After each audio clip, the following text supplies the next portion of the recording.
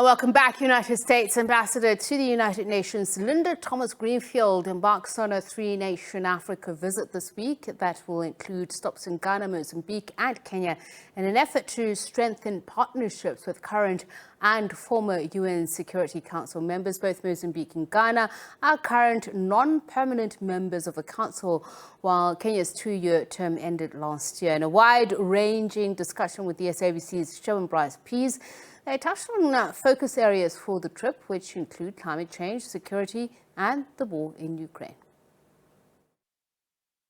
Ambassador Linda Thomas-Greenfield, welcome back to SABC News. Thank you. Delighted to be here.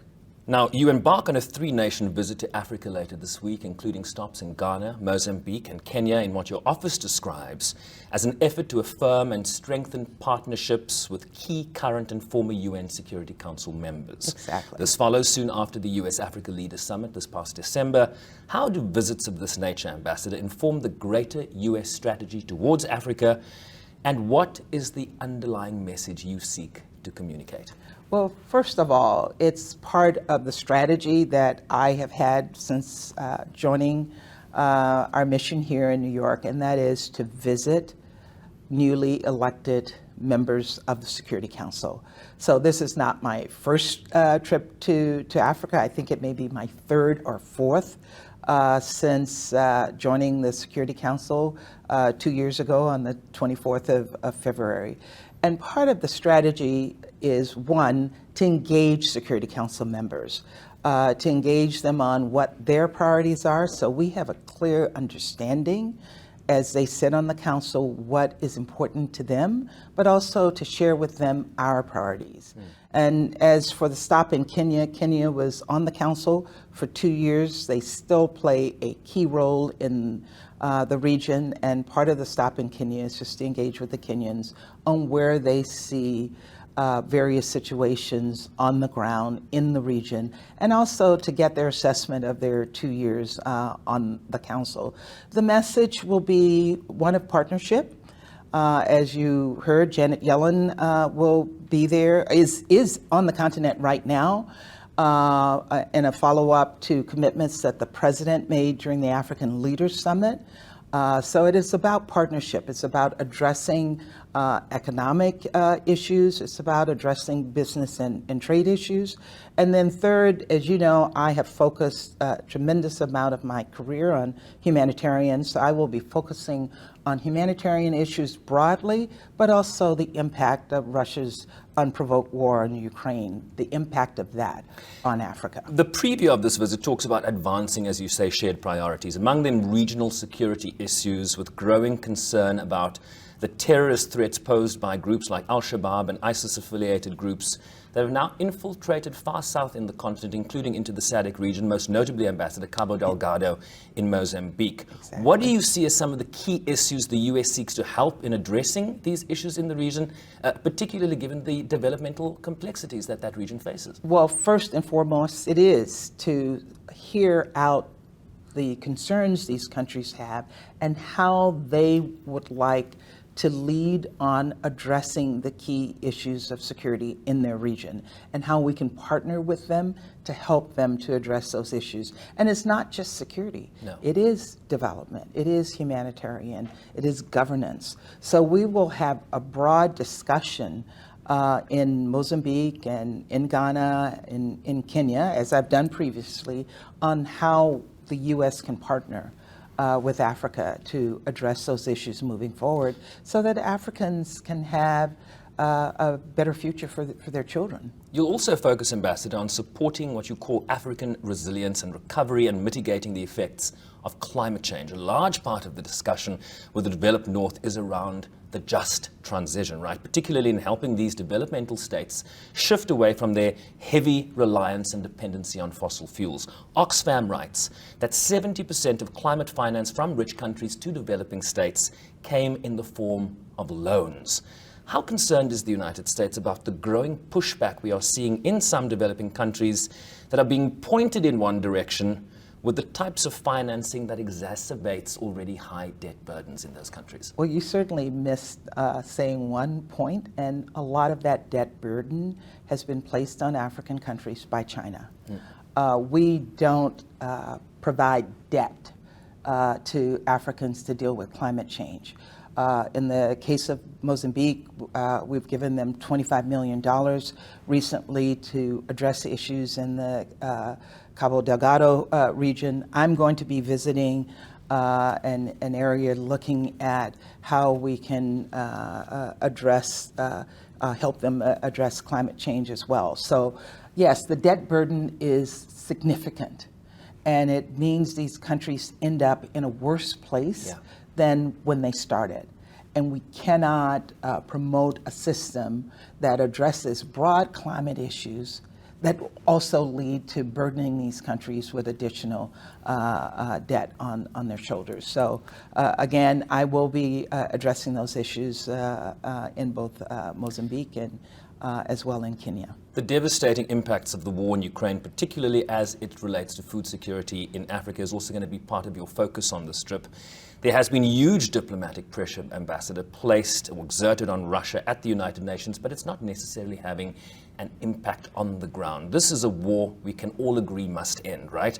And I wonder what you see the role of African countries in getting us closer to that reality, given the growing stalemate we are seeing on the ground. Well, Africa is key to pressuring Russia because we need to send a strong, unified message to Russia that what they are doing in Ukraine is unacceptable, but even more so, it's impacting all of us. It's impacting Africa.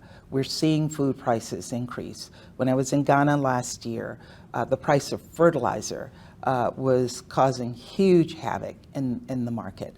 Supply chains have been impacted by this war.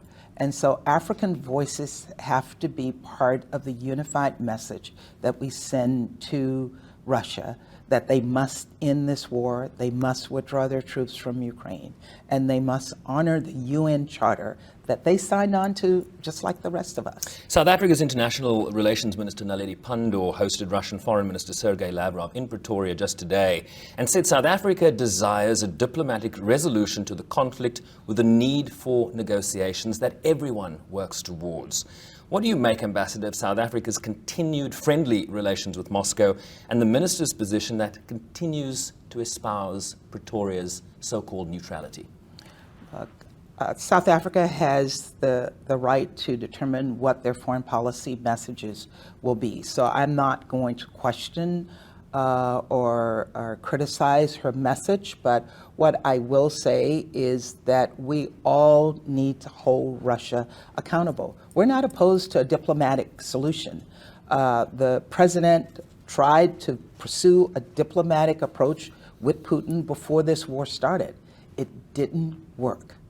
And right now, the only answer to ending this war is for Russia to stop fighting, to take their troops out of Ukraine and end this unprovoked war. If Ukraine stops fighting, and I'll quote Secretary Blinken on this, Ukraine ends.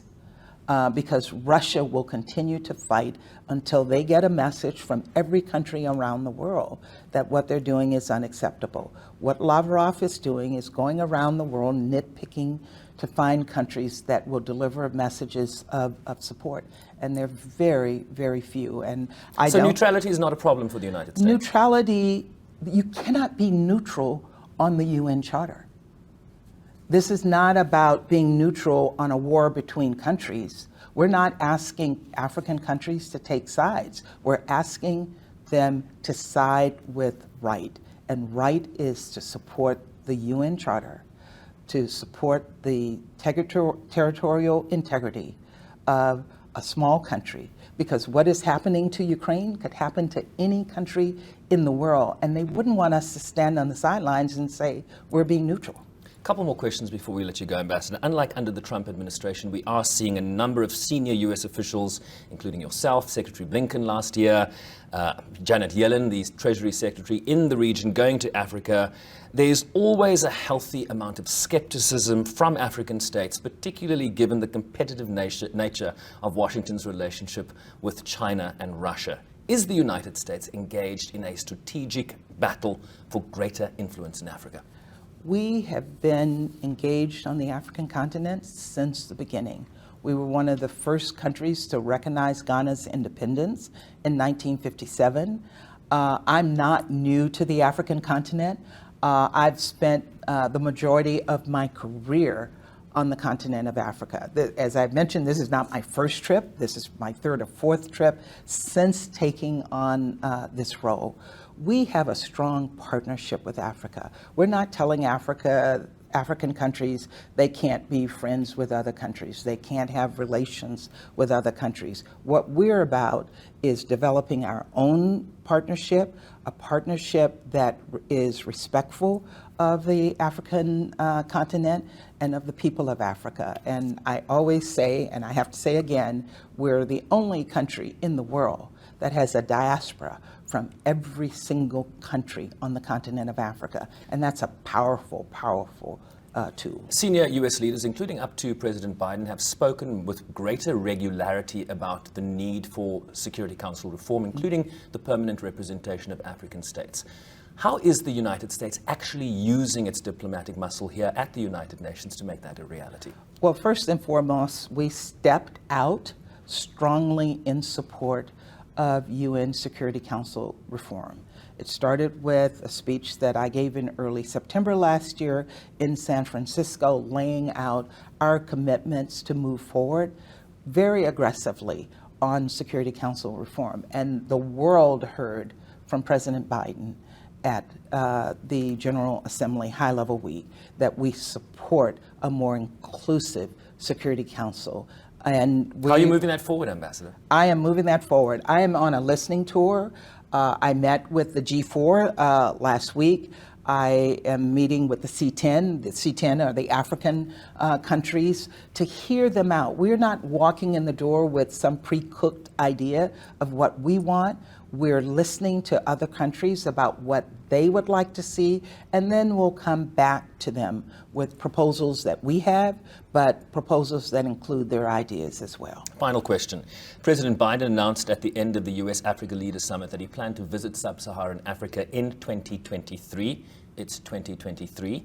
Is that still happening? And if so, any clues on where he'll go? Will he go to South Africa, given President Ramaphosa's visit to the White House last September? Well, I can't preview the president's travel, but I heard him make the commitment. It's January 23rd, so we're only 23 days into 2023. I do expect that the president will honor his commitment. Ambassador Linda Thomas-Greenfield, safe travels to Ghana, Mozambique and Kenya later this week. And as always, thank you for speaking with us. Thank you very much.